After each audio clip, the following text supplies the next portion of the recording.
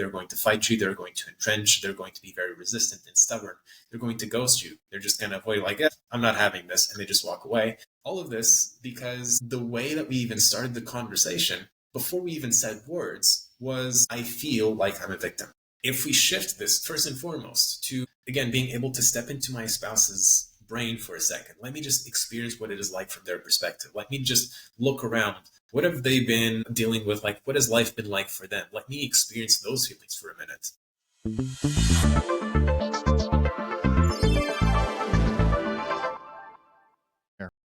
Yeah, for sure. For anyone who doesn't yet know me, my name is Santos, and I'm a relationship expert specializing in saving marriages when the spouse doesn't want to save it. Okay, so when you said when the spouse doesn't want to save it? Mm-hmm. Hot topic, I know. People will always say, oh, that's impossible. It takes two to tango. I hear that every day. Yeah, because you always hear that, like, if the other person's not meeting you halfway, then you can't really make it happen. Yeah. So I'm curious, like, your philosophy on that. Like, how Yeah, does that work? it's interesting because the way I see it, people tend to perceive this as a sort of, so what you're saying is you should like strap them down in the basement, cage them, and then make them love you forever. It's like, that's not quite how that works. It's not Right. you are going to save the marriage despite them. It is rather, as of right now, they don't want to save things. If you want to get your marriage back, pretty much step one is we need to get them to want to save things. And people tend to skip over that step. They go, oh, they said that right now that they don't want it, therefore it's a fixed thing. And that's just, it's not the way human brains work. We're not fixed in anything that we feel, that we think. We're constantly changing, constantly evolving, constantly shifting states. So there's no such thing. I'm going to get a lot of flack about this, but there's no such thing as a no. There's only a not under the current circumstances. Hmm. So are you okay? So are you saying, like, persuade the person? Like, I don't understand what we're. I guess, like, That's a good way of phrasing it. Yes. okay. Persuade, most people will tend to assume that that means you need to convince them. So it becomes like a logical thing. I need to present arguments to get them to Hmm. change their mind. And that's going to backfire 100% of the way because that's how people instinctively, they will want to do it. And then it backfires and the spouse just gets more and more resistant, more and more entrenched. Hmm. The thing there is we are trying to change their mind, but we haven't changed their heart. Right. And that doesn't work that way. Like when you fell in love with your wife, for instance, she didn't sit you down through a 75-point presentation of why you should love her. It's not a logical process. So when we Okay. then try and do the Makes same sense. thing, like, okay, I'm going to give you a presentation on why we should stay married and why you should put some effort back into saving this relationship, it doesn't work. Hmm. The head obeys the heart, not the other way around. Yeah. Yeah, I mean, that makes sense because I'm sure we've all heard or either even said ourselves that, we want to stay in the relationship emotionally, but logically we know it's probably not the best thing. Yeah, I'm sure we've all been there either on either side. yeah. And there's a lack of empathy, understanding, compassion for the spouse when they say this. It's like, oh, my spouse said that they don't want to save the relationship. We jump into their bad. We forget, no, this is a human process. This is very normal. You've been in the same position before, Hmm. maybe not specifically with the relationship, but you've had relationships before in which you felt that way. And when you look at the long lasting relationships of people who have been married for 55, 60 years happily, they will tell you that love doesn't just stick around. There's going to be phases. There's going to be times in which you just flat out hate your spouse and you just stick through that. And then suddenly you fall back in love again. And then eventually, after a while, you hit another rough patch and now you hate them again. But if you stick through that, suddenly you love them again. This is a very normal thing. It's part of the human process. Hence the whole thing of, our brain is not a fixed thing. We tend to look for the specific concrete answer and we assume that that is a fixed thing in time, and it is not. Our states are constantly changing, our emotions are constantly evolving. And if we are not privy to understanding how these emotions work, then we are going to get locked logically into, oh, they said that they don't love me anymore. that must mean there's no hope anymore, that the marriage is doomed. Really does not. They didn't love you before, then you got them to love you. You got married, now they don't love you. You can get them to love you again. Hmm. Yeah, that's I think that's a good point, man, because I don't think a lot of people think about like I don't know if it's a cyclical nature that's kind of like implicit in the marriage, or if it's just something Mm. that we kind of all go through. I mean, I'm not married, so I don't really know, but just a relationship in general, it's like I think that we don't think about enough that it does take like work and effort, because I think a lot of people think that if you meet someone that you love, or that I don't like saying this because I don't know necessarily, but like a person that's meant for you, you know what I mean? Yeah. We just think it's going to be easy, and I don't think it's. I mean, I don't think it should always be difficult, but I don't think it's going to always be easy. You know what I mean? I just don't think that exists. 100% agree. Honestly, I blame social media for this a lot. We Yeah. see we see the pretty pictures and the hashtag relationship goals, and we see the power couples, and we see, honestly, you see a highlight reel from people, and Yep. then we standardize that in our head. We assume, oh, that's their average. It's not. They had a big fight just before and after this picture, but we Yep. don't see that. We just assume, oh, they're always so much better, they're always so much happier, they're always so much, and we do the comparison thing, and we set our expectations on what life should be based off of comparing to what we have available. But we have really bad sources of data for that. So we're going to see people's highlight reels, we're going to see movies, we're going to hear stories from our friends, and they don't usually tell us like a real accurate picture of what love is like. They're only Hmm. living one day at a time, same as you. So they can't really tell you what the cycles are going to be like over years of marriage. And that Yep. makes it very challenging for us to perceive, first and foremost, what do I need to do in the marriage right now? Because it's not the same that we had to do back when you first started the relationship, when you first started dating. Your set of priorities for how you build this relationship is going to be one thing. First, you need to get to know one another. There's some attraction that we need to explore. There's a whole seduction process that you're going to go through. Then, skip around a little bit at some point. Now you're moving in together. Now you're having kids. These are all stages that we go through in the relationship. And inevitably, there are going to be challenges. Some people are going to have bigger challenges than others, but inevitably we will all have challenges. And if we're not cognizant of the fact of life that you will have problems at some point, you will be surprised by it. You will think something's wrong. This shouldn't be this way. Like, it should be easy with the right person, right? Hmm.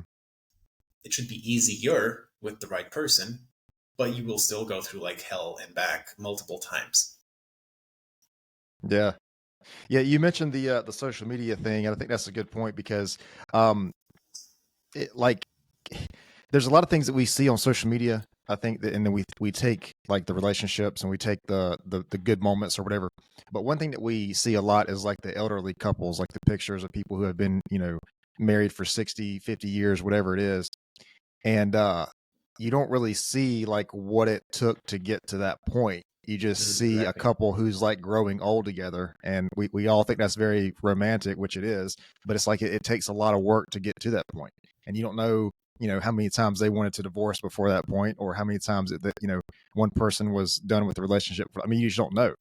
And Um, they don't tell you. yeah. Yeah. I mean, I don't know. I just think it's important to take that kind of stuff into consideration. But so what when if so like you're working with a person, and it's, I guess, one person is sort of over the marriage and doesn't want the marriage anymore, and I guess the person you're working with obviously still does want the marriage. Um Yeah. what do you think, just like in your line of work, like what are some big things that pushes a couple to that point? I mean, because I don't imagine it's a single argument, or or like one little small thing. It's probably you know a couple a collection of things. There is, but it is very interesting that it is fairly predictable in the sense of there's two main things that will happen, and they will need to coalesce together for the relationship to turn out at this point in which one person's completely out. That is, one is the buildup of resentment. Hmm. So resentment is hurts that build up over time. And I kind of picture it as like a festering wound. You know, you didn't take care of it, you let it infect, and now over time it's just gotten nastier. So Right. we're going to have these instances in our relationship. Could be very small things. Could be just, you know, you didn't ask about their day for a whole week, for 2 weeks, for 3 weeks. It just became a norm that you don't do that anymore. And in the back of their mind, they're like, oh, yeah, no, once it's fine. It's fine. The second time, they're like, again, okay, I guess it's fine. But over a while, it starts building up and it starts festering, it starts rotting in their head, and it starts building this resentment. It becomes a, you don't even care about me. Hmm. It can be something that is big. It could be, I've had, for instance, clients who they had affairs. They were going through their own emotional stuff, and they, moment of weakness, they made a mistake.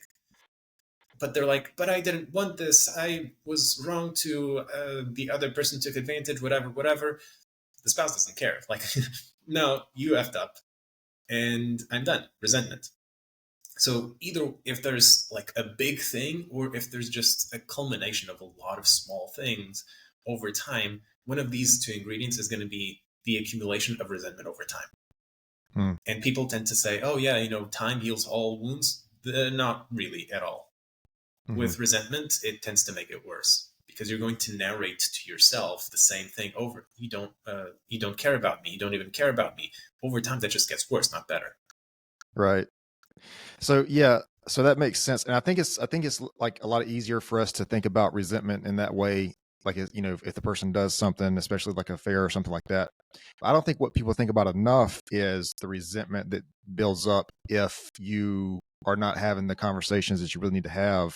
You know, as far as like boundary crossing, or you know, I don't want to say arguments because I don't think it has to get to an argument, but I think that if you just sort of like bury, you know, whatever, if you have an issue with something or a Mm-hmm. problem with something, I don't think people realize that if you bury that long enough, that will lead to resentment, whether from yourself Exactly. or to your partner.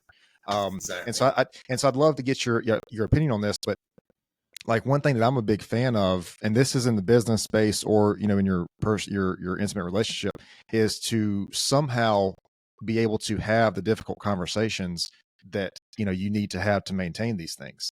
And I'm Mm-hmm. not saying, I don't think, again, I think if you're good at this, it doesn't have to be an argument. You know, it doesn't have to be a Yeah, fight. I mean, I it's just completely agree. somehow some way, you know, learning how to have those conversations with your partner, I think is important. Yeah. People have assumed now that fighting is normal. It's not. Having disagreements is normal. You Mm. know, something happening and you were slighted by your spouse, that's normal. That's going to happen all the time. For it to evolve into a fight, that tension had to build. It doesn't Right. just come out of nowhere. So if you are able to discuss that, like you were saying, in a more healthy, mature way in which you're able to bring it up, you're able to resolve that tension before it builds up, before it starts festering and becoming resentment, then yes, you're able to heal your relationship as threats come up. It's kind of like your immune system. You know, if Mhm. you get a gash or something and it gets infected, your immune system's like, well, we seem to have intruders here. Let's kill them down. And if the immune system isn't able to do that, then you're going to have bigger problems. It's the exact same thing. You need to be able to kill these little bacteria as they're coming up in the relationship. And Mhm. one of the big problems for people to do that, we are tremendously lacking, just generally speaking, culturally speaking, we are tremendously lacking in self awareness.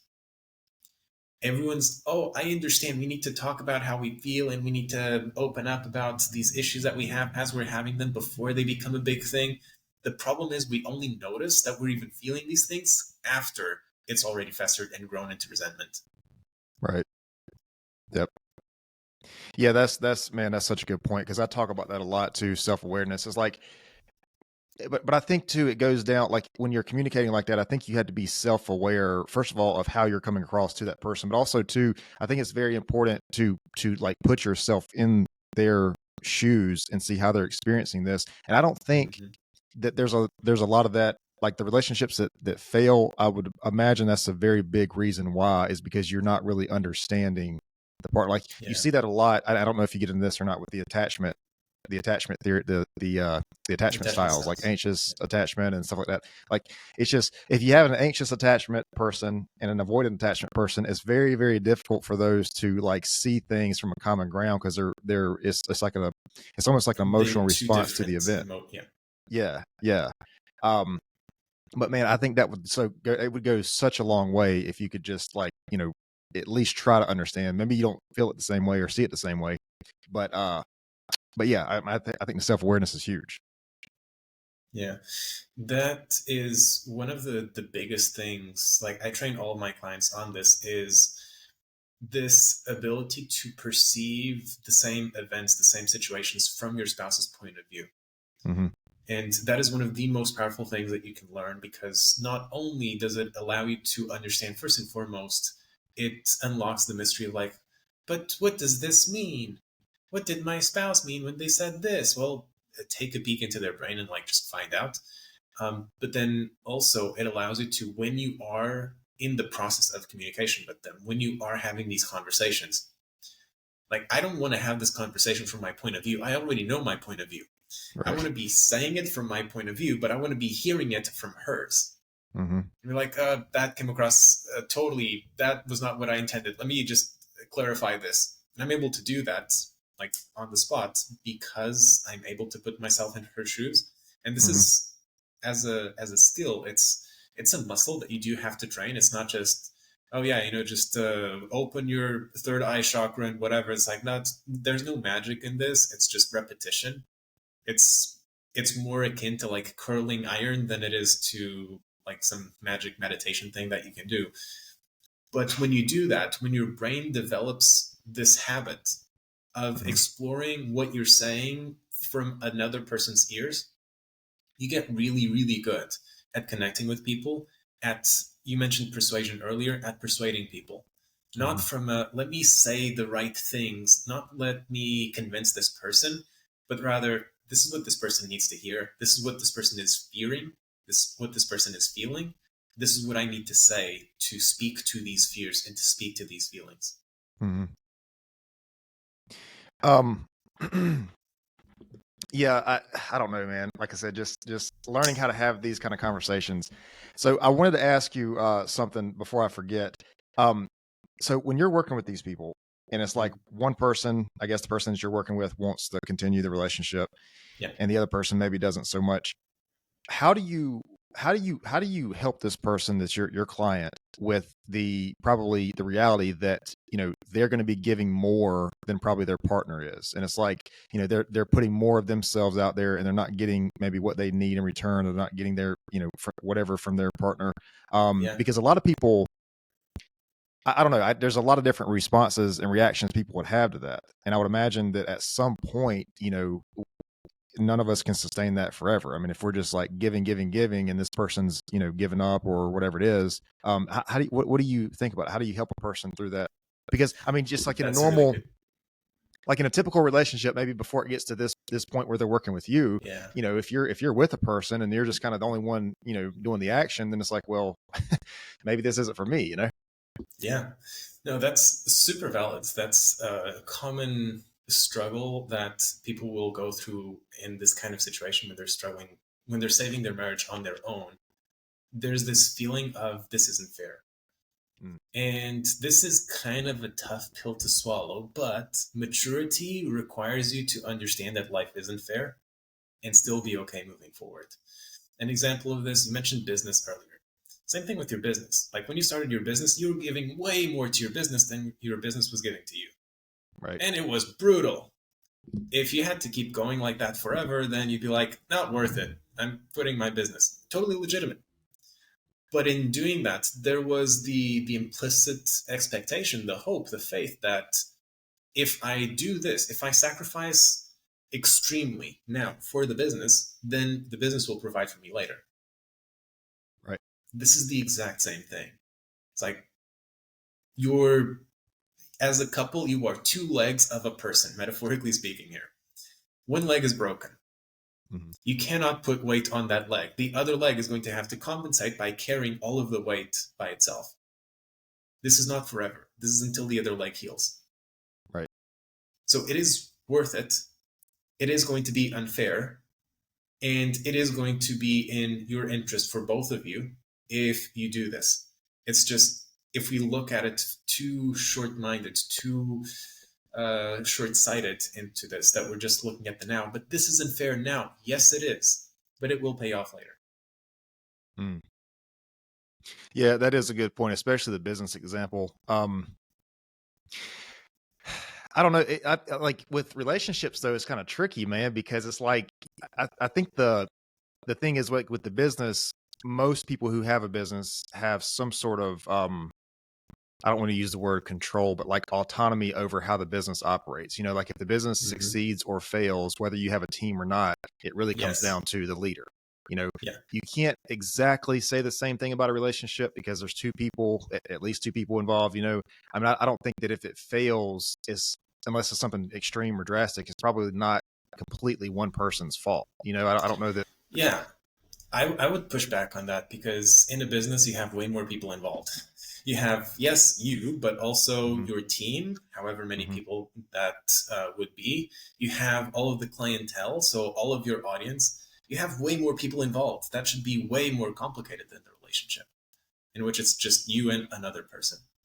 But the way that we see the business is, oh, yeah, I'm in control. I can lead. You don't have Hmm. control, you Right. have influence.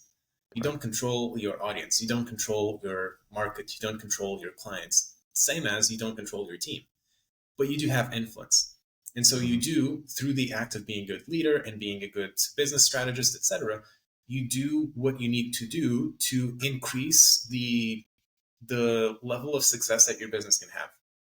In the relationship, the exact same thing happens. However, we go into it with a completely backwards mindset. And this is fascinating to me, that this is shared universally. I will see this from CEOs who built their business and they knew that they had to take responsibility, take control, that they could only rely on themselves. And they built their business starting in like a garage somewhere. I see this from like high level athletes, that they knew that they can't control the competition, they can only control themselves, and they can only excel by themselves and do the best for themselves, et cetera, to then eventually beat the competition. Hmm. But then when it comes to relationships, they suddenly take a passive role and they're like, oh yeah, my spouse needs to want to do things as well. It's like, wait a second. So you can influence millions of people for your business. You can influence the other hundreds or thousands of athletes, not influence them, but like you can, in that case, compete with them. But in your relationship, you now depend on your spouse. The problem is your spouse is thinking the same way. Your spouse is depending on you. And so now we're at the standstill that you're both, oh yeah, you gotta, take the lead on this. And so no one does. But just like there are things in business that you can do that are going to maximize your influence, that are going to maximize your results, that are going to make a better product that your market likes more, that are going to market your business better so it reaches a wider audience. There's a lot of things that you can do in business to make that business better, to make it efficient. And we know, as business people, we know what those are. Marketing, sales, all of that stuff. We know that if you do these things better, you get better at business, your business grows. With relationships, we don't do that. With relationships, we go, oh, the other person needs to want it. No, no, no. There are skills that we need to learn to be able to influence this person. How are we, for instance, how are we building our value in the relationship? How are we adding value to the other person in the relationship? How are we understanding when they are going through these challenges? Are we able to resolve that for them? Are we able to take the bad emotions that they're feeling and make those lesser? Are we able to take the good emotions that they're feeling and make those more? We are going to be constantly in this interaction in our relationship, this back and forth. And if we are just perceiving it passively, we are wasting so many opportunities that we could. It would be the same as, I start my business, I put up my Facebook page, and I sit back. Okay, clients are going to come to me now. What would you say to me then? Right. Yeah. Probably You're not. screwed. Yeah. Yeah. No, I mean that's a good point, man. I think so. I heard one time that relationships are a mirror for yourself. Like Hmm. intimate relationships are a mirror for yourself. And I think that might be sort of a bit, I mean, there's a lot of different big reasons, big differences, but that's one of the big differences between business and relationships, is because I don't think there's that, even though you do have, an investment, it's not like an emotional, it's not like the relationship's like an emotional investment, number one. And number two, Yeah. if it is a mirror for yourself, I think a lot of the problems you might be experiencing in the relationship might be because of those, whatever that mirror is showing you. Hmm. Like the attachment stuff is huge for Yeah. that. Anxious attachment, avoidant attachment is huge for that. But yeah, I don't know. I mean, I guess for me, that's like been my biggest experience, is the business and then the relationships. Like that, those are the two big things, because I don't have children or anything. So like that would be like the biggest things for me, as far as like influencing other people, persuading other people, working with other people. That would be like the two big areas of my life. Um, and so, but yeah, I have heard that the relationships are an intimate, or they're a mirror. But with saying that, and I mean, this is a personal growth podcast, so I just want to go in this direction for a minute. Of With course. the people that work with you, whose relationships like end up working, and those who don't, what do you think is like the big difference? Like the people who maybe, if let's say that, let's exclude the ones where the partner is just simply 100% done, nothing, they're done with it, they're not going to work. So let's say when it comes down to the individual, like, what do you think is a big difference in those who can repair the relationship and those who can't? I will say how they use their brain. Do they use their brain? And I don't mean like, are they smart or not? I mean, do they like the challenge? Do they look at the process? Hmm. Or are they looking for the victimization? Are they looking for the justification on why it failed? Hmm. Uh, a lot of times, for instance, one of the questions that I get all the time is like, oh, my spouse did this or said that. What does that mean? People get really hung up on these questions of like, what does that mean? Does it mean that my spouse doesn't love me anymore? Yes. So what? Some people are going to hear that and be like, oh no, my spouse doesn't love me anymore. As if that means it's doomed. There's nothing else to do. Your brain just stopped working. Others are going to hear that, and automatically the first question they ask is, okay, how do I get them to fall back in love with me? Hmm. Their brain just went to work. I would say, this is the biggest correlation between who is successful through this and who is going to struggle perpetually. Is, are you looking for the meaning and then just attaching to that as like a blanket thing, and like, oh, I guess this means this, you know? Hmm. Versus the people who are, okay, so this means this. I found the problem, which is a good thing. Now I need to find a solution. They Yep. gamify it a little bit more. They're less emotionally dependent on the outcome of the question itself. Dude, that's crazy. Because as you're saying this, I'm thinking about the book Growth Mindset, Carol Dweck. People have a fixed mindset and a growth mindset, and Exactly. that's what comes to mind when you're saying this. And I mean, it Yeah, makes sense, because if you look at it as if it's over, or if it's doomed, or if there's no way to fix it, then there's not going to be a way to fix it. You know, exactly. um, man, I can't really, I'm trying to wrap sort of my brain around this philosophy of, I'm not saying that one person has to do all the work, but I mean, it kind of sounds like that's what we're talking, at least for an initial bit right here. It Yeah. sounds like that's what we're kind of leading up to. And Yeah. so I'm just trying to, process that. Yeah, it sounds unfair because we go into the expectation of like, oh, the relationship needs to be 50-50. Yes, but it doesn't need to be 50-50 all the time. Hmm. Sometimes you're going to have a hard day. Sometimes she's going to have a hard day. And so you're going to, if we're equating it based off of this 50-50, then one day, 100% of what she's able to do is 30%. And you're Hmm. like, you're not doing enough. She couldn't. She had a really bad, stressful day. In fact, this is now going to build resentment on both parts. You're going to build resentment. You're not doing enough. She's going to build resentment. You're not understanding of me and my Hmm. struggles today. So, this trying to remain, everything needs to be fair and equitable, this is very unfair, which Hmm. is paradoxical. If we understand there's going to be fluctuation, sometimes she's going to struggle.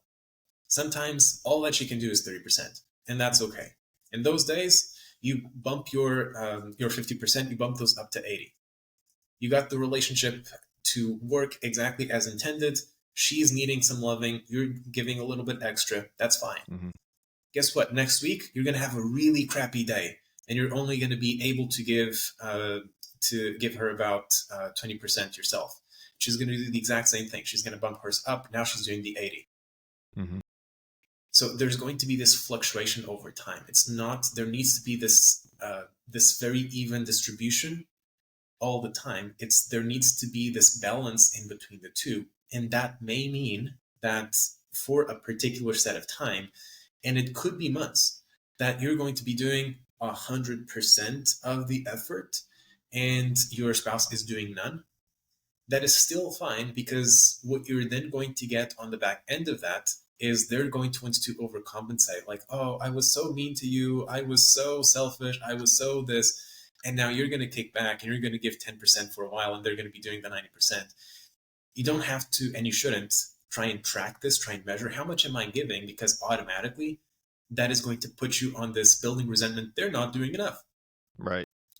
But if you just let go of that and you just assume that the relationship in itself is going to balance itself out, that is just like laws of the universe, your relationship will balance itself out. And it Hmm. doesn't matter how much you're doing now, because you're going to get that later. Right. Yeah, and I think I want to ask something about that, but I think for anybody listening, I think it's important to understand that we're talking about a marriage, right? We're not talking about initial stages of dating, and we're giving Oh, this yeah. If you've only 80 seen her 20. for 3 weeks, it's different. Yeah, yeah. We're not talking about this, very early dating stage, giving Yeah. this 80-20 thing. We're talking about in a long-term committed relationship. So that's a very important point. But yeah, I mean, what you're talking about is so I say this a lot. We're talking about social media earlier and talking about seeing all these examples, or quote unquote examples of what we think is examples. We see these things as highlight reel on social media, and everybody hears the word love, and we're like, oh, well, I think some people think that when I love you, that means that when you're fun to be around and I want to be around you, then I want to be around you. But it's like what we're Mhm. talking about here is when that person is maybe not so lovable, I think that's when your love is the most important. If you do truly love this person, like they had a bad day, if they're going through some things, whatever, I think that's when your love for that person is sort of, I don't want to say it's more valuable, but it's certainly, if you're able to care for that person in those moments and not expect Yeah. as much from them in those moments, I think that does show that you love them. You know. Yeah. I think there's a big misunderstanding about, like, even what love means. People tend to think it's like, oh, it's, you enjoying their company. No, that's enjoyment. That's a different word. Sometimes you are going to love your spouse and not enjoy their company one bit. That happens. Yeah. You're going to have those moments, same as your spouse has now for you. In fact, you may hate your spouse and love them at the same time. I know I have that relationship with my brother a lot. Hate his guts, love him to death. So we can have these feelings that are bad, that are negative, that are going to push us away from the other person. Hmm. And it's okay to have those if we understand these are just feelings. This is not, again, this is not a fixed thing. This does not mean that the relationship is over. This does not mean anything other than right now, what they're feeling that is bad towards you is bigger, it is heavier than the things that they feel that are good towards you. Hmm. And oftentimes, this is one of the most common things that I hear is my spouse told me, I love you, but I'm not in love with you. And that's like verbatim. Almost everybody says that. It's like there's a secret club and they meet and they've all agreed that this is what they're going to say. It's insane. But out of all of the cases that I've looked into for this, I have not yet found a person who did not actually still love their spouse. What happened was two things. One was there were resentments, and the resentment was heavier now than that love. It is easier to look at the reason why I don't want to be near you than it is for the reasons for me to want to. And the second thing, and this is really common for these situations, this is the biggest reason why people are going to not want to save the marriage. It is not because of the resentment, it's not because of the hurts, it's because there's a lack of hope. Hmm. It's because whatever has been happening, I was in this relationship with the expectation, yeah, it's going to struggle now. We're going to have arguments. We're going to have fights. You maybe are busy now. You're maybe whatever. But at some point, it'll be worth it. At some point, we'll be able to connect again. So long as we have that at some point, so long as we have that faith, that hope, we're fine. We can withstand the rough patches. We can do that. When we no longer do, when there's something that you have been doing or that you are doing in your relationship that is creating these beliefs in your spouse that they're like, this is never going to change, then suddenly, what's the point of trying? We don't think of our beliefs as beliefs. You don't say, oh, yeah, I believe that I'm going to struggle for this amount of time. No, you just say, like, I'm really struggling, man. Life sucks. We just talk about it as fact. The spouse is going to feel the exact same way. They're not going to think, oh, yeah, this is just what I believe. No, they're going to think, this is fact. This is never going to change. And so at this point, they're going to have a very hard conversation with themselves. And they're going to have to decide, do I just sacrifice the rest of my entire life in a relationship that will never be happy so that we can keep the marriage together, so that our kids can have both parents together, so that whatever? Or do I rip the band aid off and it's going to suck now, and my wife is going to hate me, and my kids are going to resent me, but in the long run, I will find someone I love, my wife will find someone she loves, and my kids will grow up to, like, they will be able to heal from this. We do have to have that point in which we're going to have to make this really difficult conversation, first with ourselves, and then after a very painstaking process of you convincing yourself of that, now you need to have that conversation with your spouse and you need to tell them, how are you going to phrase this? You're going to say something like, I love you, but I'm not in love with you. That's what everybody's hearing. Hmm. Yeah, I'm not even married, and I've heard people say that. I'm not even in this Yeah. space. Like, I don't even coach people in this space, and I've heard that. Um, Yeah. I don't know, but like going back to the word love, it's just like such a like I've explained this story on the podcast before, but like if you could explain to a person who's maybe never felt what love is, if you could just like try to describe it, you know, if every person would probably have a different definition, you know what I mean? Because it's not really like we have a word for it. It's a word. It's part of the language, but like we don't have a way to really describe what it is that we feel with. You know, it's just like it's a feeling. It's not a word. You know, the Mm-hmm. word just kind of describes what it is. Um, and so I don't know. It's just one of those. It's just one of those things. But I think I don't know, man. I mean, what you're saying kind of makes sense because you know, marriage is not like it's not like dating. Is there's a lot more to exit the marriage than it is a relationship before the, you know, Yeah. just dating somebody. So these kind of conversations, do you help people like have these conversations like we're talking about, not the, you know, exiting the marriage, but like just sort of these difficult conversations? Because we were talking about earlier the resentment, and I think it's easy. Again, it's easy for like if somebody cheats or if there's an affair, it's easy to sort of see that as a problem, but I don't think it's as easy to see not having these conversations as a problem. So do you walk through like these things with people? Like I don't know how to really ask this question. Yeah.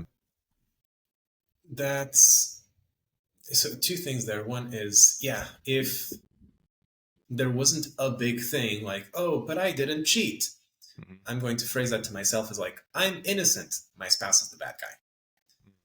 Well, it's going to be very hard for you to face things now because what do you do with your enemies?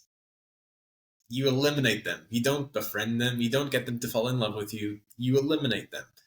And so when we, in the story that we're telling ourselves, if we frame this as, but I didn't do anything, or rather, I don't realize the things that I have done that have built resentment over time, um, then you're going to phrase them as you're going to frame them as the enemy, and you're going to approach in your communication. You're going to be confrontational. You're going to be contentious. You're going to be like blaming, or you're going to be victimizing yourself. You're going to be doing all of these things that are going to tell their brain, yeah, we are enemies.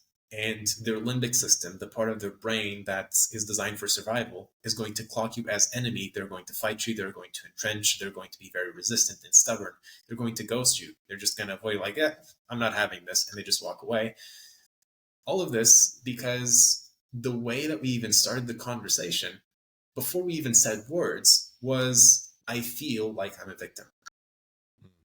If we shift this first and foremost to, again, being able to step into my spouse's brain for a second, let me just experience what it is like from their perspective. Let me just look around. What have they been dealing with? Like, what has life been like for them? Let me experience those feelings for a minute. And I'm like, yeah, no, that I really did screw up. I was not doing enough of this. I did that thing. So I can now start picking up. There was a lot of resentment that had been building up over time. My approach now to this conversation is going to be very different because now I'm able to connect. I'm able to go about that thing, man. I'm really sorry that I completely effed up. I can be much more connecting in that space because the way I'm perceiving my role in the situation is completely different. Then having the conversation in itself, yes, that is absolutely something that we help people with, is having the conversation. There are very specific things that, even the way that we phrase things, there's a lot of linguistic cues that we will use to trigger specific feelings, to trigger specific processes in the brain. So, for instance, uh, forgiveness. For us to have forgiveness from someone, there's a multitude of things that need to be triggered in their brain for them to register, yeah, I'm good. I forgive you. One is they need to feel understood. They need to feel that you really understand their pain, the problem in itself. They need to understand, or they need to feel that you understand that it was your responsibility. So you are taking the blame for, you are taking the responsibility for. This was something that I did. Common mistake that I see people make is, and I think they learn this from therapists, I am sorry you feel that way. Do not do that. That is the worst thing ever. Yeah. You're literally saying, I'm not sorry I did that. I'm sorry that it bothered you. Hmm. Don't do that. So they need to feel that you understand them. They need to feel that you are taking the responsibility for it. They need to feel that your intentions are genuine. And this is a common one that people struggle with, is they will have this whole big planned apology, but then it comes across as like, you're just playing me. You're manipulating me. Mm. You're just saying that. You're just selling your point. You're just trying to get me back. Yep. So we need to build this trust in your intentions, and it needs to be something that they feel that they are in control of. So they require sovereignty. If we are trying to push something and we're making suggestions, yeah, let's go to therapy, they're not sovereign anymore. Like, you are taking that step, you're taking that role. They are not able to do the step themselves of forgiving you. So there's these checklists that they have in their brain that we need to, when we are apologizing, we need to be ticking for all of these things. Are you, for instance, when you are apologizing, are you saying that you are apologizing for how they felt, or are you apologizing for what you did? You are showing that you're taking responsibility. Are you saying, I'm sorry for doing that? That's okay. I'm sorry for making you feel in this very specific way. Now they feel, oh, you understand exactly how I felt. Hmm. If a very easy strategy that you can use is pre-handles. You'll probably think that I'm just saying this because I want to get you back, or because I'm trying to get in your pants, or like whatever. But, and then you go through your actual spiel. So you're just calling out, what do you think that they are likely to resist you with? Like, oh no, you're just Hmm. saying that. You'll probably think I'm just saying this, but this is something that I've been thinking about for a while. Is I really regret doing this, this, and this. So you're just calling out what that belief is going to be. Well, suddenly you are proving your intention. And you want to build their sovereignty, so you want them to feel in control. You cannot give them what your steps are going to be, what should be happening. You cannot make promises. Do not do that. That is a big, big mistake. And you want to, yes, say your apology, but also you want to add as a question, uh, is this something that you feel you'll be able to forgive me for? Because Mm. now when you phrase that as a question, they are now, oh, yes, I'm taking ownership now. I'm in control. This is something that I feel like I'm sovereign for. Well, now Hmm. they're able to forgive you. Multiply this for every single step. There's like all sorts of processes that are going to happen in their brain that are going to need to be flicked. I think of these as like switches, that when we are communicating, that we need to be mindful. Okay, what am I looking for? What do I need to do here? What are the switches that I need to flip? And how can I, in my conversation, in my dialogue, how can I flip those switches to get them to forgive me, to be attracted to me, to fall back in love with me, all the things. So, all right. So there's the steps. Can you say them again? There was the one. What was the first one? They need to feel that you understand that it's your responsibility, Okay. that you understand what they're feeling, Okay. that you are pure in your intentions, that you're trustworthy, Okay. and that they are in control, that they're sovereign. Okay. Yeah. Well, yeah. That sounds like a pretty good equation. Man, I can't help but think about this. Like with these conversations, I can't help but think. And I'm curious to. I've talked to a couple of marriage coaches. I've never even asked this question. I'm curious to see like what what like so the combination of anxious and avoidant attachment, like the two people. What like maybe how many of those people make it to a marriage? Because it seems like a lot of those relationships, if you're not aware of that, is it's like it's like a cycle of the push pull, and it's it never really lasts. It seems like. But I'd be curious to see like how many people who are actually married or who have long-term relationships, how many people sort of have that dynamic in their relationship that actually make it work. But going back to the question, it was like the conversations, man, is I think it's, and again, I don't think enough people even realize this is a thing, that this exists, that we all fall to some degree in a spectrum of one of these things or whatever. And I know it's different for each relationship. It could be different in different relationships. You could be a different role depending on the relationship, but I mean, just like the conversations with that sort of combo, the anxious avoidant, uh, those are kind of different conversations, like because I think usually with people I've talked to, and in my experience, it's usually the anxious person who is more aware of the dynamic, and so they're the ones who maybe have the conversation in a way that's more uh, understanding. Doesn't mean the avoidant person is not understanding, but it's usually usually to me it seems like the anxious person is trying a little bit more to understand the situation. Just because that's a part of the avoidance style is to you mentioned something about like when you say I'm sorry that you feel that way. Well, probably Mhm. even if you're not avoidant, probably what a lot of people are going to hear when they hear that is, oh well, you're just saying that it's my fault because I feel this way. Like I'm sorry that you feel Yeah. that way. Like I mean, what do you say to somebody when I'm just sorry you feel that way? Like okay, like that doesn't mean that you don't even understand like that it seems like you don't understand what you did is the problem. It's just like you're sorry that you see it that way. um so anyway, I'm just curious, like that sort of dynamic, do you see that a lot, and does the conversation change at all who with people who are like maybe uh in very high ends of those spectrums? Because that's like I said, that's a very different conversation, I feel like, or at Yeah. least maybe the approach to it is very The different. approach is more, yeah. I don't have any actual data as far you mentioned before, like how many relationships make it to actually getting married, like in that specific, the anxious and the avoidant. I don't have any data specifically on that, how many relationships that are avoidant and anxious will eventually get married. But I will say a very large number of people do. And this is something that I see very, very often, is that kind of relationship. Oftentimes, not always, of course, but it is one of the most common pairings that I will find is the anxious spouse is going to come to us because they're like, yeah, I kind of need help saving my marriage, and my spouse is like completely checked out. Right. Well, one of the possible explanations to this could be that's the way that they cope with emotion is they're overwhelmed by that and they want to shut Hmm. it off because they don't want to feel it. It's too uncomfortable. Avoid it. For us to have this conversation with them, this is the most common one that we do. The steps are the same, like the levers that we need to flip in the person's brain are the same. It's the same four things that need to happen for them to forgive you. However, the way in which we present that communication needs to be a lot faster. You Mm. need to be able to condense your apology into something that I call it a drive-by. That you're in, you're out, and they get away with having this emotional catharsis without going into emotion.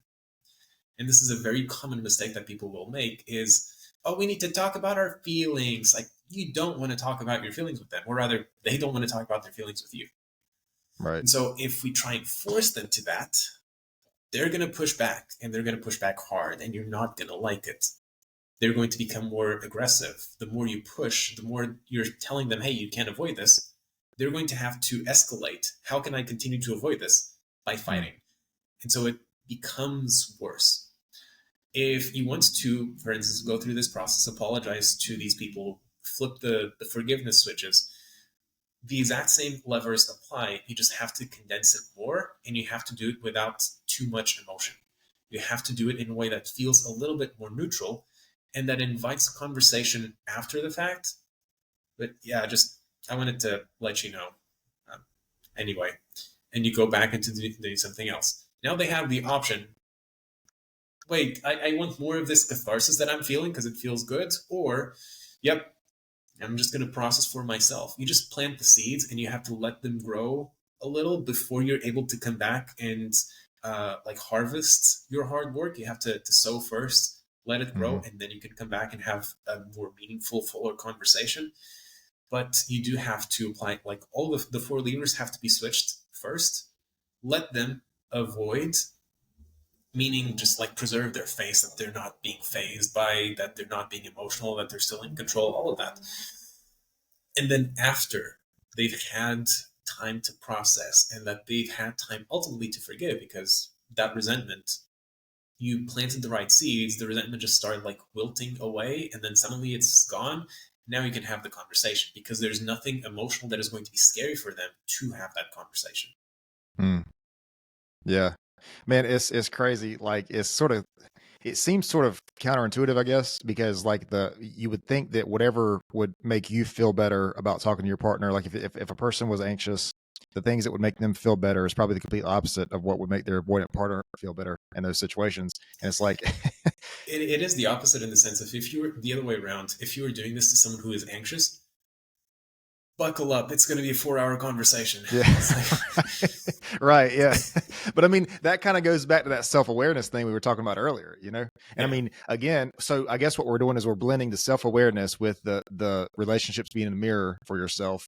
You know, it mhm, might be whatever side of that a person falls into, assuming they are in one of those, maybe they're secure attachment. But if they are in one or the other, and the partner's in one or the other, it may be difficult for you to have that conversation that way, you know. yeah, But so one thing I talked about before on here is that love. You know, we mentioned love earlier, and I think when we think about love, we have this sort of interoceptive, this internal like perception of love. But I think it's a lot of it is about like not really what you do and how you feel about your partner, but like what you do with how you know they feel and how they feel about you. You know, I think sometimes, like we were talking about earlier, maybe it's not going to be 50-50 every day. You know, maybe it's going to be the 80-20 days or the 90-10 days, whatever it is. And I think that's really important. Like I was saying earlier, you know, and if you are in that sort of anxious space and you understand that if you understand the attachment styles and you have that avoidant partner, I think understanding that and having those conversations a different way, I think that goes a long ways. um Vice versa, if you're in the avoidant and you do the same with the anxious, although for some reason I guess it's like with the avoidant, like feeling that emotion and having that conversation is part of that painful process for them, which is probably why it's more difficult for them. With the anxious person, it's more about losing the relationship or losing the person, you know, or you know, whatever. So it's a little bit different. It's not the same exact thing. Um, but yeah, I don't know, man. I wish that more people knew about that, like those mhm, style, because I think that would solve. I don't know about solve. It would. I think it would at least help communication in a lot of relationships, because I think that's yeah, really one of the big points where it's just a bottleneck really to the relationship, because it as far as the communication part of it is those two sort of styles, I guess. You know, is yeah. something that really affects that. Um, I got to get out of here in a couple minutes. I want to ask you before you leave, do you have a social media or website or anything that you want to shout out? I We're currently in the process of revamping those, so no. But what I can give you is you can all get a free copy of my book if you just hit the link on www.saveyourmarriagealone.com, and you'll be able to get the book there for free, walking you through the steps to save your marriage without your spouse on board, as well as subscribe to our newsletter because I give daily tips as well. Okay, perfect. If you can send me a link for that or something, I can put it in the description of these videos, and we can have that all in the same place. Perfect. So, one thing that I ask everybody before we close, if you could share one of the most important lessons you've ever learned, it can be from your personal life if you're comfortable sharing it, or your career. What do you think is one of the most important or most valuable lessons you've ever learned?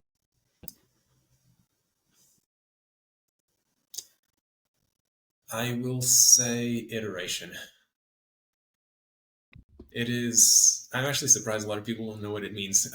Iteration means you continuously optimize to get better and better and better at something. And so we'll oftentimes, like, yeah, you'll fail. It sucks. You fail. It happens. Iteration means, okay, why did I fail? What can I fix? How can I make this better? And through the repetition of just iteration, you can get so much done. You can achieve incredible things. But again, it goes back to the growth mindset that you were talking about before. Some people are like, oh, I failed, and their brain stops working. Iteration means you failed, and you're like, how do I fix this? How do I do better next time? And if that is all you're doing, is you're just iterating on whatever it is that you're looking to achieve. If all you're doing is iterating, then you're not ever failing. You're just getting feedback and you're getting better and better each time that you fail. That is honestly, that's like a very personal philosophy of mine, is just constant iteration. The system, everything that we have now that allows people to do what you just pointed out earlier, that it sounds impossible. It does sound impossible, but it's doable because of a relentless process of iteration. We had to fail a bajillion times, and through the process of just never giving up and constantly looking for what are we doing wrong and what can we do better, that we were able to design a system that works. And you can do the same for anything. Yeah, yeah, no, that's a really good lesson. I was going to say, you said you do it for anything. I think that could apply maybe in a relationship, definitely in a business. You know, Yeah. I think that you do have those failures are sort of stepping stones on the way up. You know, Mm-hmm. so I think that's a good point. I don't think it's talked about enough. That reiteration. I've never heard it phrased that way, Mm-hmm. but I appreciate that. For Um, sure. but yeah, man, it's been nice talking to you. I got to get out of here and get on the road. But if I think I might have links from you. If not, I'll definitely get with you. Let me close the video. I need to talk to you about this upload, but I do appreciate it. It's been a good conversation with you here today. For sure. Hey, listen, guys, I really appreciate you tuning in today. If you enjoyed this podcast, if you found it useful or beneficial, you can subscribe, follow, interact, and see more content at Pure Wisdom Podcast. This is all social medias: Facebook, Instagram, YouTube, TikTok, Rumble, Spotify, Amazon Music, and Google and Apple Podcast. Again, we appreciate you tuning in, and we'll see you next time. This episode is brought to you by Excel Coaching Academy. Hey guys, I'm really excited to let you know that I started a mindset coaching business. So what I want to do with this business is I want to help entrepreneurs, business owners, salespeople, leaders, and fitness enthusiasts or athletes develop the right mindset to increase revenue, improve business or performance, and overcome the challenges needed to become the best version of themselves. You can get more information about this by emailing info@excelcoaching.academy.